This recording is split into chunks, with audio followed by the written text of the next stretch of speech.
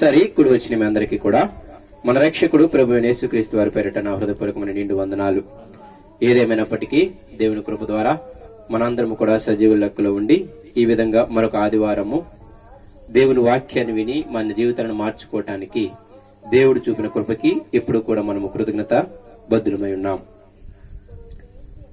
అయితే ఈ 2 వారాలు నేను ఒక చిన్న విషయాన్ని, చాలా పెద్ద విషయాన్ని మీతో పంచుకుంటాను.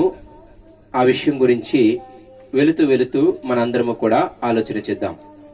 మనందరము ఒక సంఘంగా కూడుకొని ఉన్నాం. చిన్న సంఘమో లేకపోతే పెద్ద సంఘమో తర్వాత విషయము, కానీ ఎక్కడైతే 2-3 నా నామమును కూడుకొని ఉంటారో వారి దగ్గర నేనును నా యొక్క ఆత్మయు నివాసము చేస్తామని మనల్ని రక్షించుకున్న దేవుడు మనకు వాగ్దానం చేసి ఉన్నాడు. కాబట్టి ఒకవేళ ఈ మాట వాక్యంలో లేకపోతే దేవుని ఆత్మ ఎక్కడ ఉంది అనుకుంటే ఒక 100 మందో, ఒక 200 మందో, ఒక 500 మందో, ఒక 1000 మందో, లేకపోతే బాగా పెద్దగా ఒక 10,000 మంది ఉన్నారనుకోండి, అక్కడ మాత్రమే దేవుడు ఆత్మ ఉన్నదేమో అని మనము భ్రమపడేవాళ్ళం. అవునా కదా?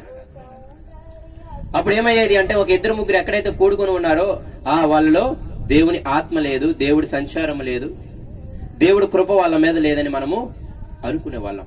కానీ దేవుడు చాలా గొప్పవాడు. దేవుడు ఆ మాటని ఎందుకు వేయించాడు అంటే మనము ధైర్యముగా ఉండాలి అని. అందుకే బైబిల్లో యేసుక్రీస్తు వారు ఏమన్నారు అంటే, చిన్న మంద భయపడమాకండి. ఆయనకి బాగా తెలుసు. ఆయనకేం తెలుసు? బాగా తెలుసు. డెప్త్ తగ్గించాను. బాగా తెలుసు. ఏం తెలుసు? ఆయన్ని వెంబడించే వాళ్ళు తక్కువ మందే ఉంటారు అని. వెంబడించే వాళ్ళు అంటే ఇక్కడ మళ్ళీ చెబుతాను, ముందు ఒక మంచి మాట చేర్చాలి. నిజముగా వెంబడించే వాళ్ళు, హృదయపూర్వకముగా వెంబడించే వాళ్ళు, పూర్తిగా ఆయన మీద మాత్రమే ఆధారపడి ఆయన వెంబడించే వాళ్ళు చాలా తక్కువ మందే. అందుకే మీరు బైబిల్లో చూస్తూ ఉన్నప్పుడు యేసుక్రీస్తు వారు 12 మంది కనపడ్డారు. తర్వాత వెళ్ళే కొలది సంఖ్య పెరిగింది, కానీ పనిచేసే వాళ్ళ సంఖ్య కూడా పెరిగింది. అప్పుడు కష్టపడింది యేసయ్య ఒక్కడే, కానీ తర్వాత కష్టపడింది 12 మంది. ఆ తర్వాత 12 మందితో పాటు ఒక 7 మంది సహకరించడం మొదలు పెట్టారు. అటు సంఘంలో పరిచర్య చేస్తున్నారు, ఇటు సువార్త చేస్తున్నారు. వాళ్ళే ఫిలిప్ గారు, స్టెఫన్ గారు, వీళ్ళందరూ 12 మంది శిష్యులు లేరు. తర్వాత ఆ 12 మంది శిష్యులతో పాటు యేసుక్రీస్తు వారి సహోదరులు చేరారు, యాకోబు గారు, యోధా గారు. అందుకే మేడగదిలో ఎంతమంది ఉన్నారు? ఒక 120 మందిని మనము చూస్తాం. నేను ఎందుకు ఈ విధంగా అంటున్నాను అంటే, సంఖ్య పెరుగుతున్నప్పుడు ఆ సంఖ్యలో సువార్త చేసే వాళ్ళు పెరగాలి. ఈ సువార్త మీదే ఈ 2 వారాలు నేను మాట్లాడతాను. ఒక సంఘములో సంఖ్యగా మనము చేర్చబడినప్పుడు, ఒక సంఘములో, పరిశుద్ధ సంఘములో ఒక రాయిగా మనం అమర్చబడినప్పుడు, సంఘమును దేవుడు ఏమని పోలుస్తాడు? ఒక మందిరంగా పోలుస్తాడు. ఆ మందిరములో ఇటుకలను ఒక్కొక్క మనిషిగా పోలుస్తాడు. పేతురు గారు అలాగే అంటారనమాట, మీరందరూ జీవము గల దేవుని ఆలయము, సంఘము, అందులో ఒక్కొక్క రాయిగా మీరేం చేస్తున్నారు? కట్టబడుచున్నారు. ఏ రాయి పని ఆ రాయి చేయగలగాలి. ఇదిగో మీద ఉండే రాయి మీద, మధ్యలో ఉండే రాయి మధ్య, ఇదిగో మూల ఉండే రాయి మూల. ఒకనొక సమయంలో ఆ మూల చిన్న రాయి అయినప్పుడు ఆ రాయి త్యాగం చేయగలగాలి, తనను తను సగం చేయబడటానికి. అదేంటి, నేను రాయిగానే ఉంటాను, పూర్తి ఇటుకగానే ఉంటాను, నన్ను నువ్వు కొట్టొద్దు అని అంటే మధ్యలో ఏమేర్పడుతుంది? ఖాళీ ఏర్పడుతుంది. మూలరాయి అంటారే, ఆ ఖాళీ ఏర్పడినప్పుడు ఏమైపోతుంది? ఎంత కట్టినా పైన ఆ గోడ కూలిపోతుంది. పోలికలు మీకు అర్థమవ్వలేదులే, కానీ పోలిక చాలా ప్రాముఖ్యం. సంఘములో ఆ విధంగా త్యాగం చేసే వాళ్ళు కూడా ఉండగలగాలి. ఆ ఇటుక రాయి బద్దలైనట్టు వారి జీవితాల్లో కొన్ని శ్రమలని, ఇబ్బందులని, తమ ఆస్తులని, తమ శరీరాన్ని వెచ్చించేటటువంటి మనుషులు కూడా ఉండాలి. మీకు వెళ్ళే కొలది నేను సంఘములో ఉన్న ఆత్మ వరాల గురించి, వాటన్నిటి గురించి కూడా మీకు ఒక క్రమముగా నేను తెలియచేస్తాను. అయితే ప్రస్తుతానికి సంఘముగా ప్రారంభ స్థితి, ఈ ఆదివారం మొదలుకొని కొన్ని వారాలుగా సంఘములో చేరిన మనం అందరము, క్షమించండి, సంఘములో మనందరినీ నమ్మి దేవుడు చేర్చాడు, మనం చేరలేదు. ఈ మాట చాలా ప్రాముఖ్యమైన మాట. దేవుడు నీ వెంటపడి ఆయన నిన్ను ఆకర్షించుకొని ఒక సేవకుని దగ్గరకో ఒక విశ్వాసి దగ్గరకో నిన్ను తీసుకెళ్లడమో, లేకపోతే ఆయన నిన్ను ప్రేమించి ఒక సేవకున్నో ఒక విశ్వాసినో నీ ఇంటి దగ్గరికి పంపించి నీ ఉన్న స్థలానికి పంపించి, లేకపోతే అలాగ దారి నువ్వు వెళ్ళేటప్పుడు ఇదిగో ఒక సేవకుని మాటల ద్వారా ఒక సహోదరుని మాటల ద్వారా నిన్ను ఏం చేశాడు? ఆకర్షించుకున్నాడు తన యొద్దకి. దేవుడే ఆకర్షించుకున్నాడు, దేవుడే వెంటబడ్డాడు, దేవుడే తన ఆత్మను నీలో ఉంచాడు. ఈ మాటలు నేను ఎన్నోసార్లు మీకు చెప్పాను. మిమ్మల్ని రక్షించింది పాస్టర్ గారు కాదు, మిమ్మల్ని రక్షించింది సహోదరులు కాదు, వారిలో ఉన్న దేవుడు, వారిలో ఉన్న దేవుని ఆత్మ. సహోదరులకి ఇంకొక సహోదరుని రక్షించాలని ఆలోచన రాదు, మనిషి స్వభావం అది. మనిషి స్వభావం ఏంటి చెప్పండి? నేను చెప్పక్కర్లే, మీకే బాగా తెలుసు. ఒకరు బాగుపడుతుంటే నాశనం చేద్దామనే స్వభావం మనది, అంతే తప్ప మనము నాశనం అయిపోయినా పర్లేదు ఇంకొకరు బాగుపడుద్దామనే స్వభావము మనిషికే విరుద్ధమైన స్వభావం అది. మీకు అర్థమవుతుందా? నేను నిందల్లో బ్రతుకుతాను, నేను ఆకలి దప్పులతో బ్రతుకుతాను, నేను మితంగా బ్రతుకుతాను, నాకు ఆహారం లేకపోయినా ఉపవాసం ఉంటాను, నాకు మంచి వస్త్రాలు లేకపోయినా ఉన్న వస్త్రాలతో ఉన్న అన్నపానములతో నేను సంతృప్తి పడతాను. కానీ నా యొక్క సహోదరులు మాత్రము వాళ్ళు ఎలా ఉండాలి? చక్కగా ఉండాలి అనే ధర్మము అసలు సమాజానికి విరుద్ధ ధర్మం. అది మనిషి యొక్క ధర్మానికి విరుద్ధ ధర్మం అది. మీరు చూడండి, సువార్త చేసే వాళ్ళందరూ కూడా, నిజమైన సువార్త చేసే అందరూ కూడా వాళ్ళ ఆస్తులను విడిచిపెట్టారు, కుటుంబాలను విడిచిపెట్టారు. వాళ్ళ కోసము మళ్ళీ మీరు ఆలోచన చేస్తే ఆ ఆస్తుపాస్తులు కూడా అవసరం లేకుండా పౌలు గారు ఏం చేశారు? అవసరమైనప్పుడు డేరాలు కుట్టుకొని డబ్బు సంపాదించి తిని వాళ్ళకి వాక్యం చెప్తున్నాడు. ఇదంతా మీరు ఆలోచన చేస్తే ఒక మనిషికి ఇది విరుద్ధ ధర్మం. మనిషి ధర్మము ఒకరిని పాడు చేయటం, మనిషి ధర్మము ఒకరిని దోచుకోవడం, మనిషి ధర్మము ఒకరిని మోసము చేయటం. కానీ ఇటువంటి ధర్మాలలో నుండి దేవుని ధర్మము మాత్రమే మనల్ని కోల్పోయేలా చేస్తుంది, మన సహోదరుని ఐశ్వర్యవంతుని చేస్తుంది. మనల్ని దరిద్రులు అయినా పర్లేదు, నా సహోదరులు మాత్రం ఐశ్వర్యవంతులుగా ఉండాలి. నేను రోగము పాలైనా పర్లేదు, నా సహోదరులు మాత్రము ఆరోగ్యకరంగా ఉండాలని కోరుకునే ఒకే ఒక్క ధర్మం ఏదైనా ఉంది అంటే అది దేవుని ధర్మము మాత్రమే. ఈ మనసు నీకు నాకు ఎలా వచ్చింది అంటే లోపల పరిశుద్ధాత్మ దేవుని నీకు నాకు పెట్టాడు కాబట్టి. ఆ పరిశుద్ధాత్మ దేవునికి ఉన్న గుణం ఇది. కాబట్టి మీరు అందరు జ్ఞాపకం చేసుకోవాల్సిన విషయం ఏమిటి అంటే మిమ్మల్ని అందరినీ రక్షించింది అయ్యగారు కాదు, మిమ్మల్ని అందరినీ రక్షించింది సహోదరులు కాదు. సరే, వాళ్ళకు కృతజ్ఞత కలిగి ఉండాలి, కాదని నేను అనను. సంఘాలను కట్టిన పౌలు గారు ఏమన్నారు తెలుసా? మీరందరూ ఎవరు తెలుసా? యేసయ్య తన స్వరక్తమిచ్చి కొన్న సంఘం అన్నాడు. నా సంఘం అనలేదు పౌలు గారు ఎక్కడ. పైగా ఆయన కట్టిన సంఘాలు మామూలు సంఘాలు కాదు, ఖండాలు దాటి వెళ్లి అన్యజనులను మార్చి గొప్ప గొప్ప సంఘాలను కట్టిన ఆయన అన్న మాట ఏంటి అంటే, నేను నాటాను మహా అంటే అపోలో నీళ్లు పోశాడు, నేను నాటాను మహా అంటే పేతురు గారు వాక్యం చెప్పి స్థిరపరిచారు, ఇదిగో వాళ్ళు నాటారు, నేను వెళ్ళి వాళ్ళని స్థిరపరిచాను.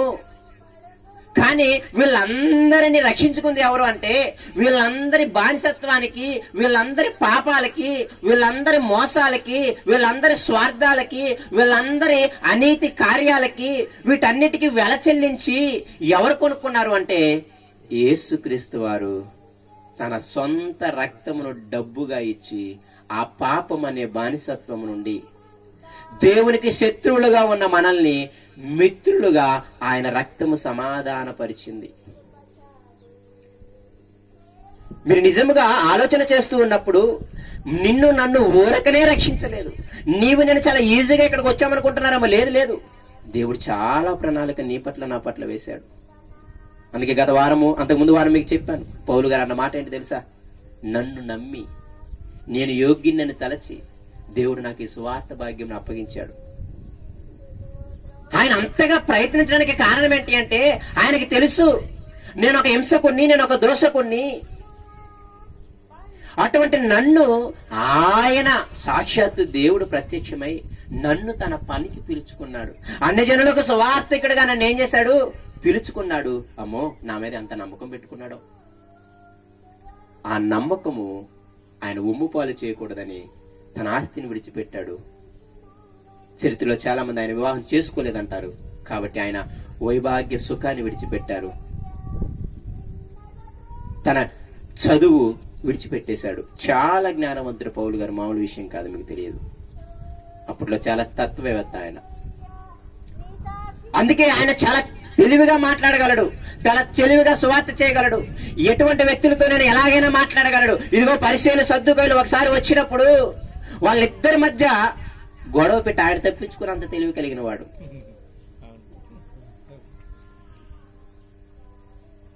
పరిచయులు ఒక గుంపు, సద్దుకాయులు ఒక గుంపు వచ్చి ఇదిగో పౌలు గారు ఇలా అన్యాయం చేస్తున్నారు, ఎలా చేస్తున్నారని ఒక రాజు దగ్గర ఆయన నిల్చోబెట్టినప్పుడు ఏం చేశాడు తెలుసా? చాలా తెలివి. అందుకే ఏమన్నాడు? సువార్తికులను పంపిస్తే ఏమన్నాడు శిష్యుల్ని? మీరు పాము వల్ల వివేకం ఉండాలి, పావురం వల్ల నిష్కపటం ఉండాలి. ఆ వివేకం వాళ్ళకు ఉంది. ఇదిగో తెలివిగా నేను మీ పరిచయనయ్యా అని అనగానే పరిచయులంత అమ్మో ఈయన మనోడేనంట, మనోడి మీద వాళ్ళందరూ వస్తున్నారని చెప్పి సద్దుకాయులు పరిచయులు కొట్టుకున్నారు. ఏం సైడ్ అయిపోయాడు చక్కగా. అదే పాము వల్ల వివేకం అంటే.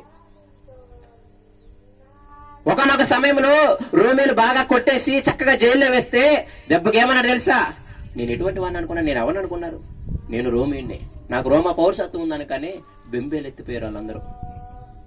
ఎవరైతే కొట్టి జైల్లో వేశారే వాళ్ళే భయపడిపోయి అయాను వెలుపు, అయాను వెలుపు అన్నారు. ఆయనకి చాలా జ్ఞానము ఉంది ప్రియమంది. ఇదంతా నేను ఎందుకు చెబుతున్నాను అంటే చాలా జ్ఞానం కలిగిన వాడు. మనము నేర్చుకోవాలి, మనము శ్రమ పడాలి, మనము కష్టపడాలి. సువార్త వరకే రాదు.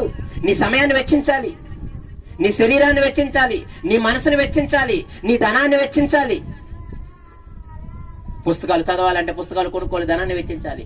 పుస్తకాలు చదవాలి అంటే నీ శరీరాన్ని వంచాలి. ఒక సహోదరునికి వాక్యం ఇస్తావు, వాడిని వృద్ధి కలుగు చేసే దేవుడు కదా, మరి వాడిని అలా కలుగు చేయాలి అంటే దేవుడికి నువ్వు ప్రార్థించాలి కదా. మళ్ళీ శరీరాన్ని వంచాలి ఒక అరగంట ప్రార్థన చేయడానికి. చాలా చాలా విషయాలు మనం ఆలోచన చేయాలి. చాలా చాలా విషయాలు మనకు తెలియడం లేదు.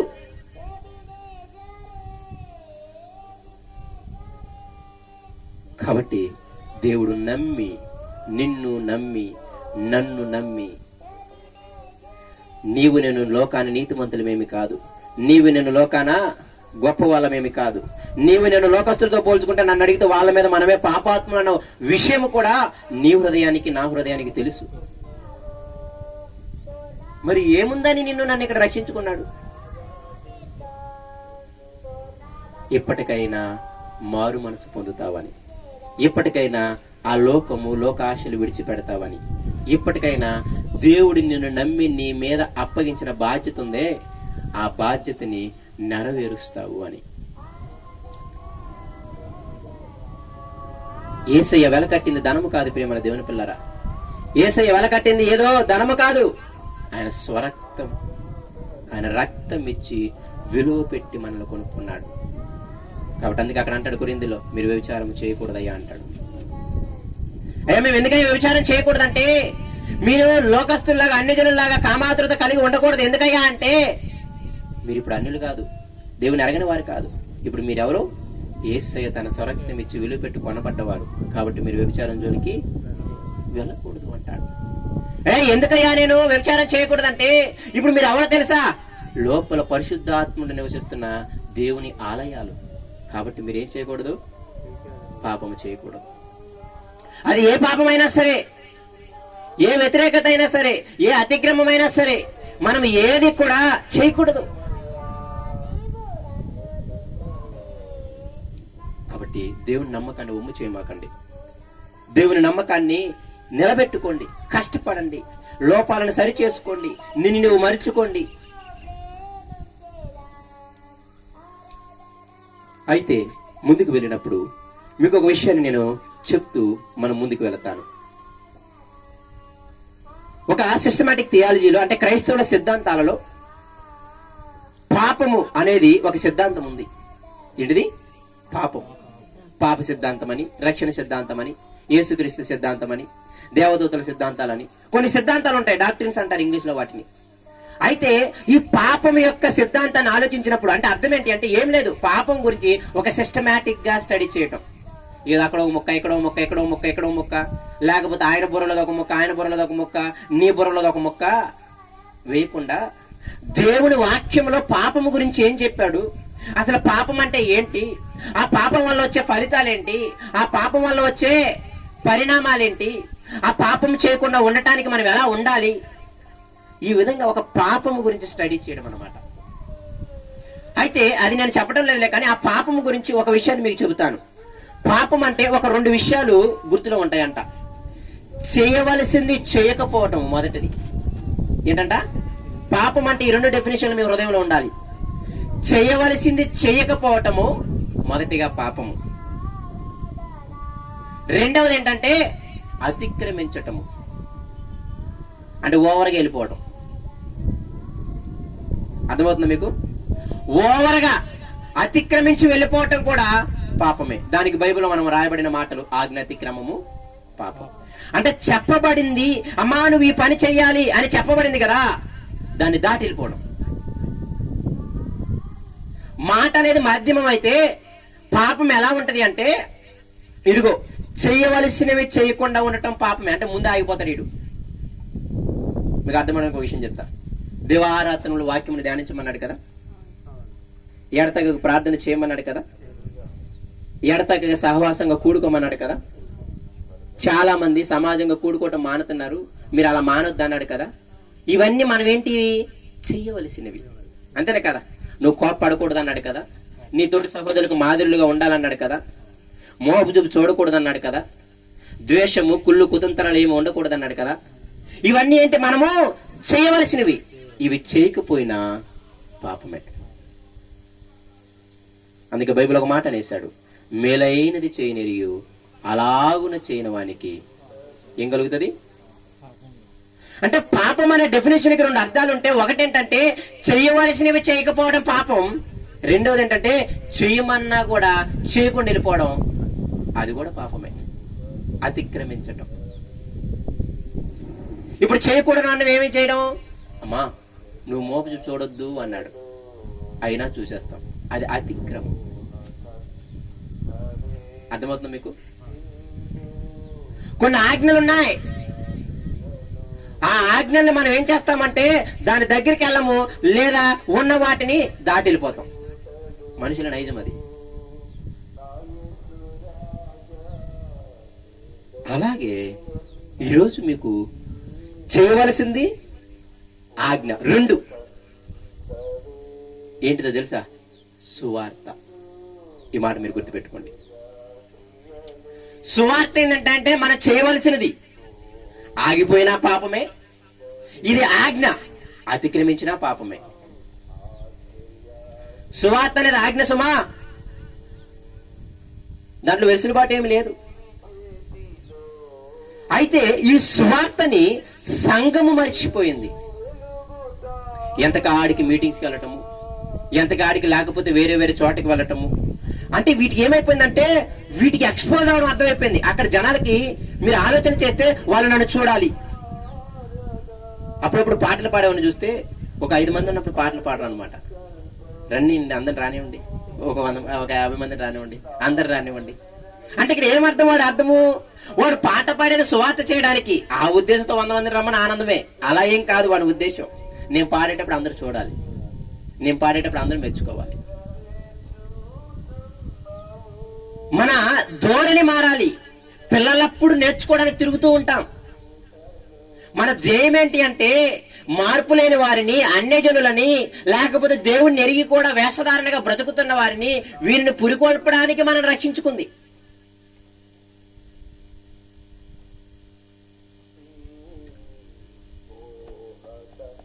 ఎందుకు నేను ఈ మాట చెబుతున్నాను అంటే, మనందరము చాలా సంవత్సరాలుగా దేవుణ్ణి ఎరిగిన వాళ్ళం, మనందరం చాలా సంవత్సరాల క్రితమే రక్షింపబడిన వారం. అయితే మన జయం ఇప్పుడు ఎలా ఉండాలి అంటే, ఒక వ్యక్తిని రక్షించటానికి, ఒక వ్యక్తిని సంఘములో చేర్చటానికి నీ శ్రమ నా శ్రమ ఉండాలి. ఈ మాట చాలా బాగా గుర్తుపెట్టుకోండి. ప్రతి ఆదివారం చర్చికి వెళ్తే పరలోకం వెళ్తున్న బైబిల్ ఎక్కడా లేదు. 50,000 మంది మీటింగ్ ఉండదు, మీటింగ్కి వెళ్తే నేను పరలోకం వెళ్తానని ఎక్కడా చెప్పలే. లేకపోతే 100 మంది మీటింగ్ వెళ్తే నేను పరలోకం ఇస్తానని ఎక్కడా చెప్పలే. వెళ్ళడం తప్పని నా ఉద్దేశం కాదు సుమా. అదే జయం అవ్వకూడదు. నీ మనసు బాగలేనప్పుడు, నువ్వే దేవుళ్ళ నుండి పడిపోతా ఉన్నప్పుడు సమాజంలోకి వెళ్ళు.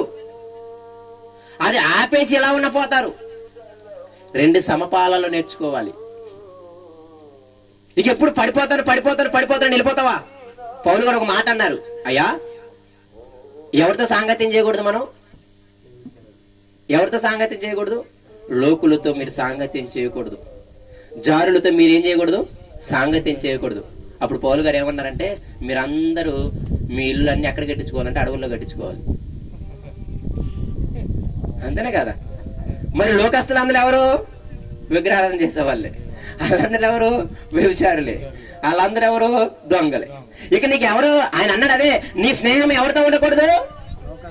లోకస్తులతో ఉండకూడదు. అంటే ఇంక ఏం చేయాలి దాని అర్థము? ఇక అందరం ఏం చేయాలి? దేవుణ్ణి ఎరగని వాడితో అసలు ముట్టుకోకూడదు, వాడితో సహవాసం చేయకూడదు, వాడితో మాట్లాడకూడదు. ఇక మనందరం ఎక్కడ ఉండాలి? నువ్వో కడవలో నేనో కడవలో ఆ చెట్ల మధ్య బతకాలి. కానీ దేవుడు ఉద్దేశం అది కాదు. అన్ని జనులతో సహవాసం చేయొద్దు, జోడుగా ఉండొద్దు అంటే అర్థం ఏంటంటే, వాళ్ళు చేసే చేష్టలతో ఉండకూడదని. ఇదిగో పాపులతో యేసై ఉన్నాడు, కానీ ఆ పాప క్రియలు ఆయన చేయలేదు. పాపులతోనే అపోస్తలులందరూ తిరిగారు, వాళ్ళతోనే సహవాసం చేశారు, కానీ ఆ పాప క్రియలు వాళ్ళు అంటించుకోలేదు. అది దాని అర్థము. అయ్యా నువ్వు అవిశ్వాసులతో విశ్వాసికి పోతే ఎక్కడ అని మాట తీసుకొని, అమ్మో వీళ్ళందరూ వేసాను నమ్మడం వల్ల వీళ్ళందరూ నేను. ఒక తల్లి నిజంగానే ఒక అక్క వాళ్ళ అబ్బాయికి, అమ్మో దేవుడిని ఎరగిన వాళ్ళతో స్నేహం చేయకూడదా అని చెప్పిందంట. వాడు స్కూల్లోకి వెళ్ళగానే ఎవరైతే హిందువులు ఉంటారో వాళ్ళందరూ మాట్లాడుతుంటే, అమ్మో మీరు వేసేని అరగిన వాళ్ళు మీతో మేము మాట్లాడకూడదు అన్నాడంట. నిజమే. కానీ ఈ విషయాన్ని నేను ఎందుకు చెబుతున్నాను అంటే, చాలా జాగ్రత్తగా ఆలోచించాలి. సువార్తలో ఇవన్నీ పాలు భాగం. సువార్తలో వాక్యము తెలుసుకోవడం, ప్రార్థన చేయటము, ప్రవర్తన కలిగి ఉండటము, నీ యాటిట్యూడ్ అంటే మాదిరి కలిగి ఉండటము చాలా ప్రాముఖ్యం. అయితే ఈ విషయాలను చెప్పే ముందుగా నేను ఓన్లీ ప్రారంభ మాటలుగా మీకు చేస్తున్నాను. కుదిరితే వచ్చే వారం పై వచ్చే వారం కూడా ఈ సువార్తను గురించి మీకు చెబుతాను. ఈ సువార్త ఎలా చేయాలి, ఈ సువార్తలు ఎన్ని నష్టాలు వస్తాయి, ఈ సువార్తకు అసలు నువ్వు ఎలా సిద్ధపడాలి. అర్థమవుతుందా? సువార్త చేయమన్నాడు కదా, నిలిపోవడం కాదు. ఆ సువార్తకు నువ్వెలా సిద్ధపడాలి, ఆ సువార్త ఎలా చేయాలి, ఆ సువార్త చేసినప్పుడు శ్రమలు వస్తాయా, ఇబ్బందులు వస్తాయా, వాటిని ఎలా అధిగమించాలి, ఇదంతా ఒక క్రమము తెలుసుకొని మనం వెళ్ళగలగాలి. అయితే నా ఉద్దేశం ఏంటంటే, మనము పిలువబడింది సువార్త చేయడానికి.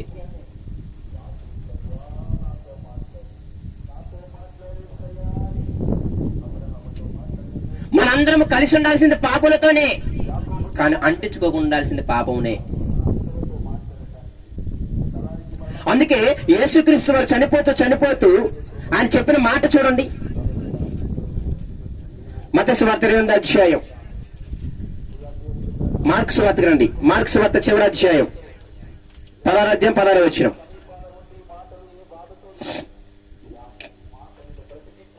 మార్కు సువార్త 16వ అధ్యాయం 16వ వచనం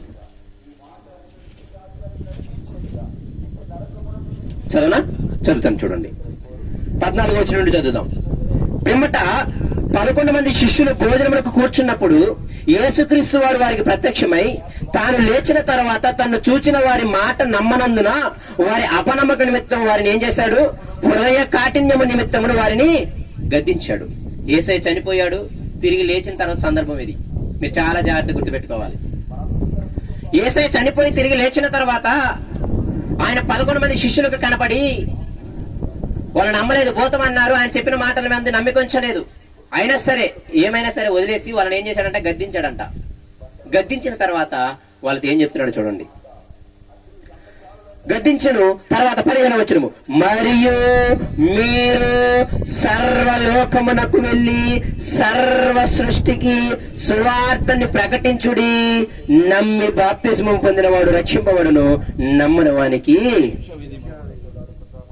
ఆ 11 మంది శిష్యులకు కళాఖండిగా చెబుతున్న ఆజ్ఞ ఏంటి అంటే, మీరు మత్తయి సువార్త చివరి అధ్యాయం చదివితే అక్కడ ఆజ్ఞని అర్థమైపోద్ది మీకు. యేసయ్య వాళ్ళకి ఏం చేశాడంట? ఆజ్ఞాపించాడు. ఏమని? మీరు సర్వలోకానికి వెళ్ళి నా తండ్రి యేసుక్రీస్తు పరిశుద్ధాత్మ నామములో ఏం చేయాలంట? అందరికీ బాప్తిస్మం ఇచ్చాలి అని వాళ్ళకి ఏం చెప్పాడంట? ఆజ్ఞాపించాడంట. అంటే ఒక క్రైస్తవునిగా దేవుని సంఘములో నిన్ను నన్ను దేవుడు రక్షించుకొని ఇక్కడ కూర్చోబెట్టింది ఎందుకు అంటే, మనందరి మీద మోపబడిన ఒకే ఒక పని ఏంటి అంటే సువార్త. బైబిల్ మొత్తం సారాంశం ఇదే. మళ్ళీ చెప్తున్నాను మీకు. శిష్యులతో చివరి మాటగా చెప్పి వెళ్ళిపోయాడు ఆయన. అందుకే ఇప్పుడు ఏమన్నాడు ఆయన? సర్వలోకానికి వెళ్ళి సర్వసృష్టికి ఏం చేయాలి? మీరు సువార్త చేయాలి. సరే, నమ్మే వాళ్ళు ఉంటారు, నమ్మని వాళ్ళు ఉంటారు. ఆగ్రహింపు కూడా మీకు ఉండాలి. నమ్మిన వాళ్ళందరూ ఏమవుతారంట? నమ్మని వారికి ఏమైనా పడుతుందంట? అక్కడ అర్థమవలసిన విషయం ఏంటంటే, మన సువార్త చెప్పినప్పుడు నమ్మే వాళ్ళు ఉంటారు. ఈ అవగాహన కూడా మనకు ఉండాలి. ఎల్లంగానే టీలు ఎవరు, మీటింగ్కి వెళ్ళినప్పుడు టీలు ఇచ్చినట్టు, ఒక పాస్టర్ గారి దానికి వెళ్ళినట్టు టీలు ఇచ్చినట్టు ఎవరు అనమాట. నిజమే, అన్ని అవకాశాలు ఉండవు. సువార్త చాలా కష్టమండి. ముందుకు వెళ్తాను. ఆయన ఏమన్నాడు? సర్వలోకానికి వెళ్ళి సర్వసృష్టికి సువార్త ప్రకటించండి అని చెప్పి తర్వాత ఏం చేశాడు చూడండి యేసుక్రీస్తు వారు. 19వ వచనము, ఈలాగు ప్రభు అని యేసు వారితో మాట్లాడిన తరువాత పరలోకమునకు చేర్చుకొనబడి దేవుని కుడివారసున ఆసీనుడైన వారైతే బయలుదేరి వాక్యమంతటా ప్రకటించిరి. ప్రభు వారికి సహకారుడై ఉండి వెనువెంట జరిగించు వచ్చిన సూచక్రియలను వాక్యం స్థిరపరచుచూ ఉండెను. యేసయ్య చిట్ట చివరిగా వాళ్ళందరికీ చెప్పిన ఆజ్ఞ ఏంటి అంటే, మీరు సువార్త చెయ్యాలి.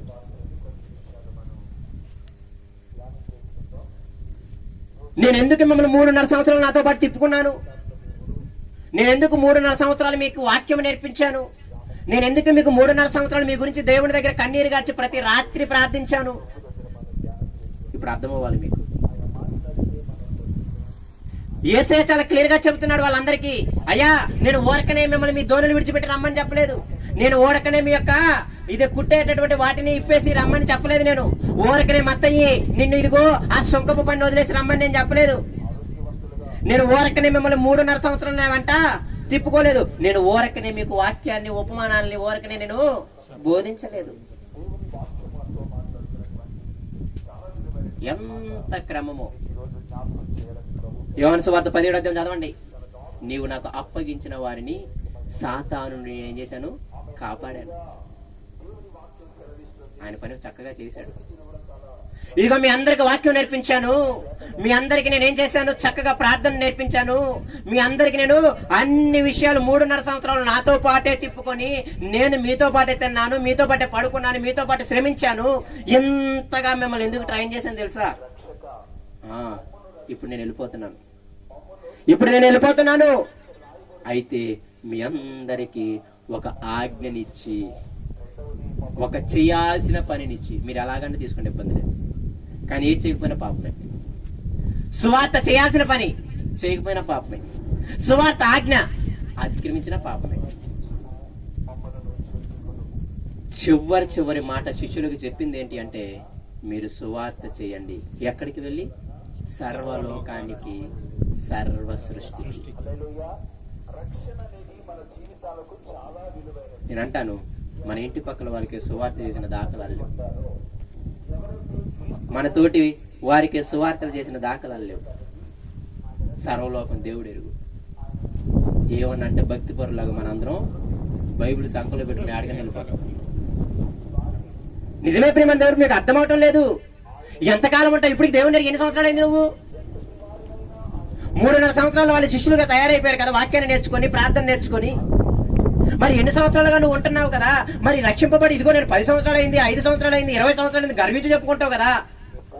సిగ్గుండాలంటాడు అనమాట యేసయ్య.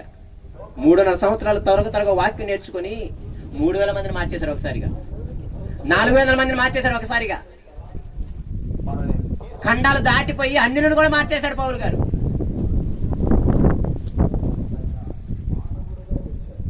నేర్చుకుందామన్న ధ్యాస లేదు, వాక్యాన్ని గుర్తుపెట్టుకుందామన్న ధ్యాస లేదు. అయ్యో నశించిపోతున్న లోకాన్ని చూసి వాళ్ళ గురించి ప్రార్థిద్దామన్న ధ్యాస లేదు. అయ్యా నేను వాళ్ళకి సువార్త చేయాలని అసలు అవగాహనే లేదు. ఏమి బోధించామంటే ఆదివారం వెళితే ఆశీర్వాదం, మీటింగులకి వెళితే ఆశీర్వాదం. నేను తప్పు అని నేను అనటం లేదు, నా ఉద్దేశం అర్థం చేసుకోండి. పరలోకం వాటి ద్వారా ఇవ్వడం. నీ బ్రతుకు మారాలి, నీ జీవితం మారాలి. యేసయ్య పిచ్చోడు కాదు, ఎక్కడో తీరాన ఉన్న ఒకడి కోసం వెళ్ళి పనిగట్టుకుని వెళ్ళి సువార్త చేయడానికి. అవునా కదా? ఒకడి కోసం వెళ్ళాడా? మార్క్స్ అదే అర్థం చదవండి, మీకు తెలుస్తుంది. ఒకడి కోసం సముద్రం అద్దరికి వెళ్ళి వాడికి ఏం చేశాడంట? సువార్త చేశాడంట. ఒక కనాన స్త్రీకి బోధించడానికి, ఆ బావి దగ్గర స్త్రీకి బోధించడానికి ఎడ దగ్గర వెళ్ళాడు? సమరయ పట్టణం దాకా వెళ్ళిపోయాడు. ఇది మర్చిపోయాం మనం. ఒక వ్యక్తిని రక్షించాలి అంటే వాళ్ళతో గడపాలి, కుటుంబాలతో గడపాలి. గుంపులో గోవిందలో ఏం చేయలేరు వాళ్ళు. ముందు వ్యక్తిగతంగా గడిపి తర్వాత గుంపులో చేర్చాలి. చాలా మందిని గుంపులో చేర్చేశారు, గుంపులో మెసేజ్ ఇచ్చారు, తర్వాత శ్రమ రాగానే కష్టం రాగానే గుంపులో నుండి వెళ్ళిపోయారు. కారణం ఏమిటి అంటే మన సువార్త సరైన సువార్త కాదు.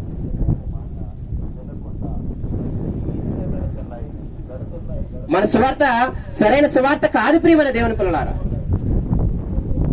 సువార్త చాలా ఉంది. మీరు స్థిరులు అవ్వాలి, వాక్యములు స్థిరులు అవ్వాలి. ఒక వ్యక్తికి సువార్త ఎలా చెప్పాలని నేర్చుకోవాలి, ఆ వ్యక్తి గురించి ప్రార్థించాలి. అసలు ముందు మీకు ఆశ ఉండాలి. నా చుట్టుపక్కల వారికి యేసుని పరిచయం చేయాలి, నా చుట్టుపక్కల ఉన్న అదిగో జీవము కలిగిన ఒక ఆత్మీయ కుటుంబంలో వారిని చేర్చాలి. ఇంత ఆనందాన్ని వాళ్ళు మిస్ అవుతున్నారే అని చేర్చాలి. బేసిక్ ఏంటంటే మనమే ఆనందం లేవు సంఘంలో, మనకే గొడవలు ఉన్నాయి. ఒక సంఘం యొక్క ఆనందాన్ని మనం రుజువు చేసుకుంటే, మనం కానీ నిజంగా ఆనందపడితే అందరిని అందులో తోసేస్తాం. ఇంత గొప్ప ఆనందాన్ని మీరు మిస్ అవుతున్నారా? నేను కూడా నీలాగే పని చేసుకుంటున్నాగా, నాకు నీ అంతే డబ్బు వస్తుందిగా, నాకు నీలాగే కుటుంబం ఉందిగా, మరి నేను ఎలా సంతోషంగా ఉంటున్నాను, నీకు ఎందుకు సంతోషాలు లేవు? ఎవరన్నా కలపండి, ఒక్కడన్నా ప్రశాంతంగా ఉండడానికి అడగండి. అన్నిల్లో దేవుని అడగని వాళ్ళు ఎవడి జీవితం బాగలేదు. ప్రశాంతంగా ఉన్నారు ఎవరన్నా? నన్ను అడిగితే కొద్ది గొప్ప సంపాదించి ఉన్నా తిన్నా లేకపోయినా మనమే కొంచెం ఆనందంగా ఉంటాం. ఈ ఆనందాన్ని నిన్ను నన్ను ఒక్కని అనుభవించడానికే కాదు దేవుడు రక్షించుకుంది. ఈ ఆనందాన్ని చాలా మందికి పంచాలి. నా ఉద్దేశం ఒక్కటే, మీరు వాక్యములో స్థిరపడాలి, వాక్యములో బలపడాలి, ప్రార్థనలో ఎదగాలి.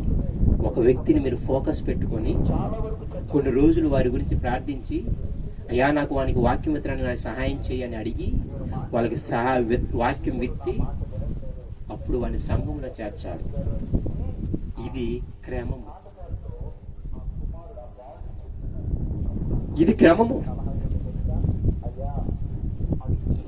ఇలాగ నువ్వు ఒక వ్యక్తిని రక్షించినందుకు అంతవరకు కూడా దేవుడు నిన్ను ఊరుకోడు. ప్రియమైన దేవుని పిల్లలారా, రేపు లెక్క అడుగుతాడా లేదా? లెక్క అప్పజెప్పాలి. మనం ఏం అప్పజెప్పాలి?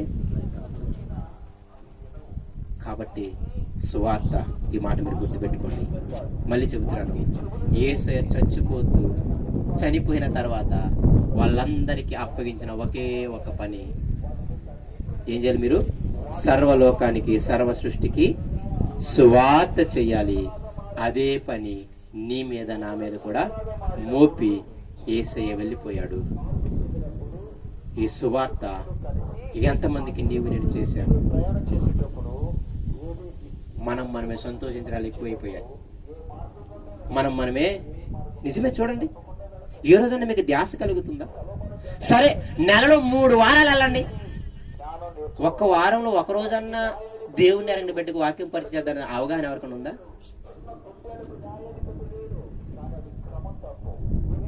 3 వారాల ఆత్మీయులతో కలిసి ఉండే నేను తప్పేం అనటం లేదు. సాతాను మోసాల్లో ఒక మోసం ఏం చెప్పండి తెలుసా? సంఘాన్ని వాళ్ళే చప్పట్టు కొట్టుకునేలా చేస్తుంది అనమాట. అప్పుడు అప్పుడప్పుడు అనిపిస్తుంటుంది, మీకు చెప్తున్నానే, సంఘ క్రమాలు కూడా సాతాను పెట్టిందా అయిపోయింది. ఆ 10 మందే ఆదివారం వస్తారు, బుధవారం వస్తారు, శనివారం వస్తారు, శుక్రవారం వస్తారు, అవసరమైతే గొలుసు ప్రార్థనలు అంటారు, లేకపోతే బైబిల్ స్టడీ అంటారు. ఒకవేళ అవి ఉపయోగకరంగా ఉన్నా బాగుండేది, అవి కూడా ఉపయోగకరంగా లేవు. బైబిల్ స్టడీలు సంవత్సరాలుగా చేస్తుంటారు, గొలుసు ప్రార్థనలు సంవత్సరాలుగా చేస్తుంటారు, వాక్యం రాదు, బ్రతుకులు మారు. బయటికి వెళ్లకుండా మనం ఉంచేసింది ఇలాగా, మీ సంఘంలో ఉండి ఎక్కడికి వెళ్ళ మాకు భజన చేసుకోవచ్చు చక్కగా. నిజమే ప్రియమైన దేవుని పిల్లలారా, మనం త్వరగా స్థిరపడటానికి అవన్నీ వాడుకోవాలి. సంఘంలో త్వరగా ఎందుకయ్యా ప్రతి క్రమంకు వచ్చేయాలంటే త్వరగా వాక్యాన్ని నేర్చుకోవడానికి, త్వరగా భక్తిని నేర్చుకోవడానికి, త్వరగా మాదిరిగా బ్రతకడం ఎలాగో నేర్చుకొని త్వరగా సంఘంలో వెళ్ళిపోవాలి. క్రమాలు ఎవరి కోసం తెలుసా? ఇంట్లో టీవీలు చూస్తూ ఉంటారే ఖాళీగా, అలాంటి వాళ్ళ కోసం క్రమాలు. 6 గంట 7 ఉంటే కొంచెం ప్రార్థన చేస్తారు. సువార్త దేవుని రక్షించాలి, ఇంకొక వ్యక్తికి సువార్త చేయాలన్న క్రమం అవసరం లేదు. అలానే క్రమాలకు రాకుండా వెళ్ళిపోమని కాదు, సహవాసంలో కూడా ఉండాలి, లేకపోతే ఆడు పాపంలో పడుతాడు. నా ఉద్దేశం ఏంటంటే రెండింటిని బ్యాలెన్స్ చేయాలి. నువ్వే పాపంలో పడుతున్నావా అనే ఆలోచన వచ్చిందా, చక్కగా సహవాసం దగ్గరికి వచ్చేసే, వాళ్ళందరితో కలిసి ఉండు, ప్రేయర్ చేయి. వాళ్ళకి నువ్వేం చేయాలంటే లెక్క అప్పచెప్తూ, నేను ఈ ఇంటికి వెళ్తున్నాను, నేను ఆ ఇంటికి వెళ్ళాను, పలానా ఇంటికి వెళ్ళాను, పలానా వారికి సువార్త చేశాను, విన్నారు, బాగా ఆసక్తిగా ఉన్నారు, దాన్ని మన ఇద్దరం ఒక రోజు వెళ్ళి ప్రార్థన చేసి వద్దాం, రండి మన ఇద్దరం ఒక రోజు వాక్యం చెప్పొద్దాం. మనకి సంఘ క్రమం అర్థం అవ్వలేదు. ఇప్పుడు అక్కడితే ఎంతమంది నువ్వు రక్షించాడు ఏం చెప్తావు చెప్పండి? నేను ఇప్పుడు ఆదివారం చర్చికి వెళ్ళని చెప్తారా?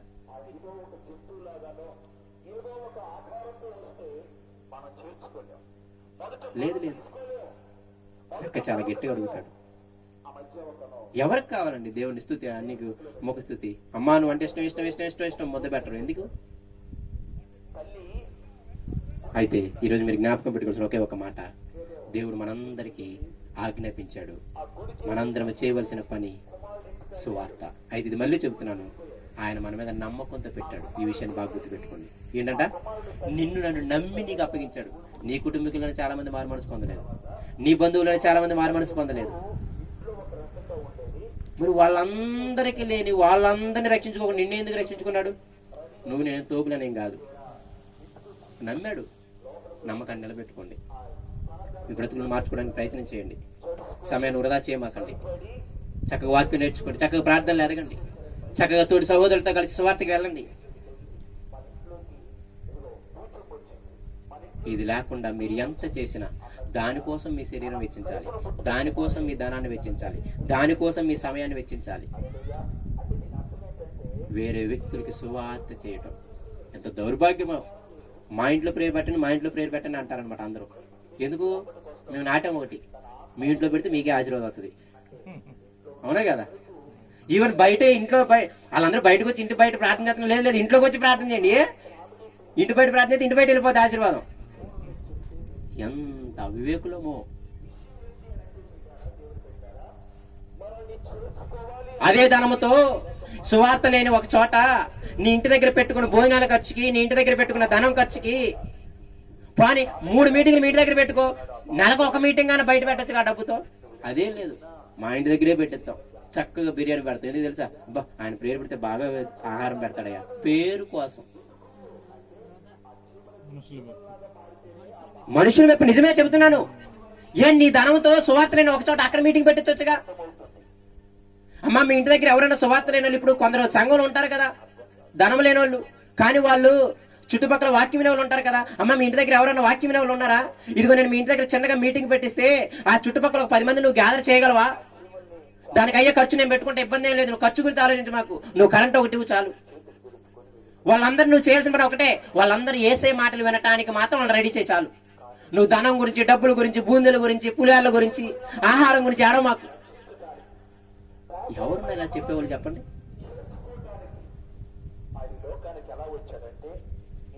వెతకండి ప్రియమైన దేవుని పిల్లారా, అప్పుడు ఆశీర్వాదం ఆడున్న మీ ఇంటికి వస్తుంది. మీ ఇంట్లో ఆశీర్వదింపబడినా మీరు యోగులు కాకపోతే ఏమైంది అన్నాడు? మేము ఎన్ని మాయ మాటలు వల్లించినా ఆశీర్వాదాలు దిగునుగాక దిగునుగాక దిగునుగాక అని మీ ఇంటి మీద దింపినా మీ రోగులు కాకపోతే ఏమైతే అన్నాడు, నా వెంట వచ్చేస్తున్నాడు. అవునా? మాటలు తెలియవా మనకి? ఇదిగో సేవకుని మీ ఇంట చేర్చుకోండి అయ్యా, శిష్యులతో అన్నాడు కదా మాట. మీరు ప్రతి ఇంటికి వెళ్ళండి, ఒక ఊరు గ్రామానికి సువార్త చేయడానికి. అక్కడ ఒకరి ఇంట్లో మిమ్మల్ని చేర్చుకున్నారనుకో, శుభ్రంగా తినండి. తినమన్నాడు లేదా? పనివాడి జీతానికి పాత్రుడు కాబట్టి మామాట పడకుండా తినండి, ఇబ్బంది ఏం లేదు. అయితే వెళ్ళేటప్పుడు వాళ్ళ గురించి ప్రార్థన చేయండి. అది విషయం ఏంటంటే, ప్రార్థన చేసినప్పుడు వాళ్ళు యోగ్యులైతే మాత్రమే ఆ ఆశీర్వాదము వస్తుంది. ఆ ఇల్లు యోగ్యమైంది కాకపోతే పేతురు నీ వెంట వచ్చేస్తుంది ఆశీర్వాదం. వాళ్ళకి అన్నం బొక్క, మన భాషలో చెప్పాలంటే. నిజమే చెప్తున్నాను, పాపాత్మను వాడుకుంటాడు. ఎందుకు? ఒట్టిగా నీకు గాలి ఇవ్వాలా, ఊరికే నీకు ఆహారం ఇవ్వాలా? ఏమంటాను, 3 కేజీల శరీరం ఇప్పుడు ఒక్కొక్కటి 60 కేజీలు 70 కేజీల శరీరం అయ్యాడు. ఎవరి సొమ్ము తిని? దేవుని సొమ్ము, దేవుని గాలి, దేవుని సూర్యుడు ఊరికేస్తాడనుకునేంటి? నిన్ను వాడుకుంటాడు ఏరోవుని రక్షించటానికి. సొలొమోను రాశాడు ఆయన గ్రంథంలో, ప్రసంగ గ్రంథంలో, నీతిమంతుల కోసం కష్టపడి పోగు చేసే పని ఎవరికి అప్పగించాడంట? పాపాత్ములు లోకలు అనుకోమాకండి.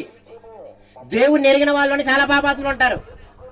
వాళ్ళ ధనాన్ని వాడుకుంటాడు, వాళ్ళ నోటి మాటలను వాడుకుంటాడు మిగతా వాళ్ళని రక్షించడానికి. ఈరోజు భయం వేసిందా మీకు? అలా